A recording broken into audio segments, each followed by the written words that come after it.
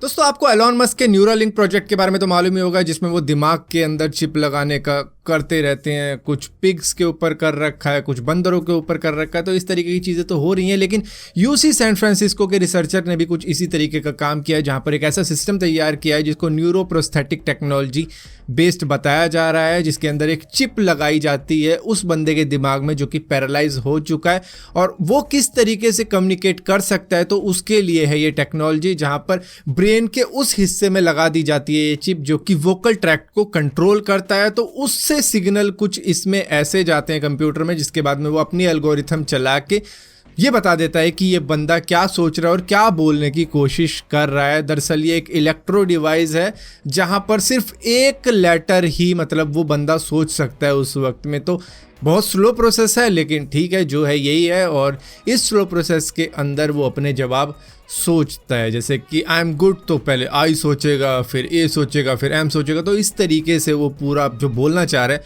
वो कंप्लीट करेगा। स्लो है लेकिन ठीक है, जो है फिलहाल के लिए तो यही है। दोस्तों बहुत सी ऐसी एप्लीकेशन है जो कि आपकी हेल्थ को ट्रैक करती है कि आप कितना चले हो आज के दिन, और आपने कितनी कैलोरीज खर्च करी है, और किस तरीके से आप फिट रहते हो डे टू डे लाइफ में। तो उसको पूरा वो मॉनिटर करती है। लेकिन सैमसंग की स्मार्ट थिंग्स एप्लीकेशन आपकी इलेक्ट्रिसिटी को भी ट्रैक कर सकती है। जो आपके घर में तरह तरह के प्रोडक्ट होते हैं, फैन हो गया, एसी हो गया, टीवी हो गया, कई सारे अप्लायंसेज होते हैं, तो वो चलते रहते हैं। तो ये उनको ट्रैक कर सकती है कि भैया ये इतनी देर चले हैं, इन्होंने आज के दिन इतनी ज़्यादा इलेक्ट्रिसिटी ली है। तो इस तरीके से आप उसको ट्रैक कर सकते हो और आप पता लगा सकते हो कि कल के मुकाबले में कितनी इलेक्ट्रिसिटी कम लगी या ज़्यादा लगी। दोस्तों डेल्टा एयरलाइंस का एक पायलट है जिसका नाम है क्रेग अलेक्जेंडर, जिसने कहा है कि उसने क्रू लाइव एप्लीकेशन बनाई है जो कि अब डेल्टा ने ले ली है। हालांकि उन्होंने स्टील करी है इससे। इसने एप्लीकेशन बहुत पहले बनाई थी, करीबन $1 लाख अपनी तरफ से खर्च करके,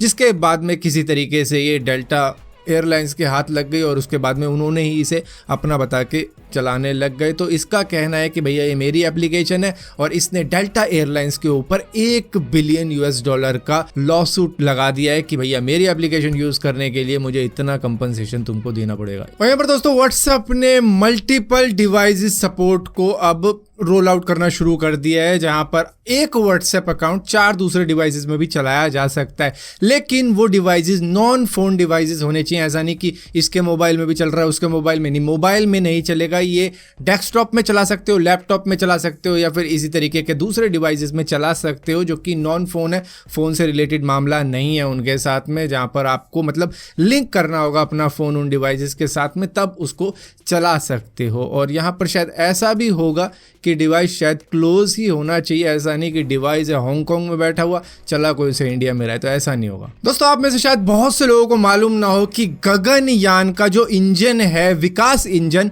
उसको तीसरी बार सक्सेसफुली टेस्ट कर लिया है इसरो ने। और यहाँ पर यही वो इंजन होगा जो कि हमारे मतलब एस्ट्रोनॉट को स्पेस में लेके जाएगा। और यहीं पर एलॉन मस्क ने भी इसके लिए कॉन्ग्रेचुलेट किया है इसरो को कि बधाई हो, आपने कमाल कर दिया है। सो यहाँ पर ऐसा होगा कि मक्खन लगा रहा है मे बी, क्योंकि बंदा बहुत चालू है। दोस्तों यूएस के university of California San Diego ने एक खास तरीके का डिवाइस तैयार किया है जो कि फिंगर टिप पर लगाकर वो इलेक्ट्रिसिटी जनरेट कर सकता है आपके बस फिंगर्स के हिलाने से ही। दरअसल यहाँ पर चाहे आप टाइपिंग कर रहे हो, चाहे आप किसी को मैसेज कर रहे हो, या फिर कुछ भी कर रहे हो उंगलियों से, सो उससे ये इलेक्ट्रिसिटी जनरेट कर सकता है जो कि किसी दूसरे डिवाइस को दी जा सकती है। और ये जैसे कि स्वेट से भी इलेक्ट्रिसिटी जनरेट करता है, तो इस तरीके के भी डिवाइस बनाए गए हैं। सो ये वो भी काम कर सकता है और इसी के साथ साथ उंगलियों की मूवमेंट से भी इलेक्ट्रिसिटी जनरेट कर सकता है। और यहाँ पर दोस्तों जापान ने फास्टेस्ट इंटरनेट की स्पीड का वर्ल्ड रिकॉर्ड तोड़ दिया है। इससे पहले वर्ल्ड रिकॉर्ड था 178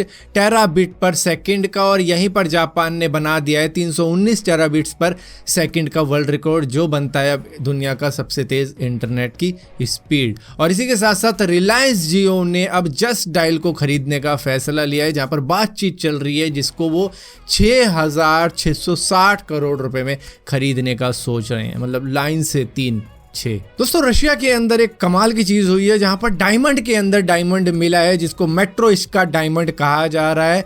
और ये करीबन 800 मिलियन सालों पुराना डायमंड है। इसी वजह से शायद ये डायमंड के अंदर डायमंड फंसा हुआ है। सो फिलहाल के लिए दोस्तों इस वीडियो के अंदर इतना ही था। अगर ये वीडियो आपको पसंद आती है तो इस वीडियो को लाइक जरूर करना, शेयर जरूर करना और इसी तरीके की और भी वीडियो देखने के लिए चैनल को सब्सक्राइब जरूर करना। और सब्सक्राइब किया तो बेल का आइकॉन जरूर दबाना, वरना आपको मालूम नहीं चलेगा मैंने वीडियो डाली भी है।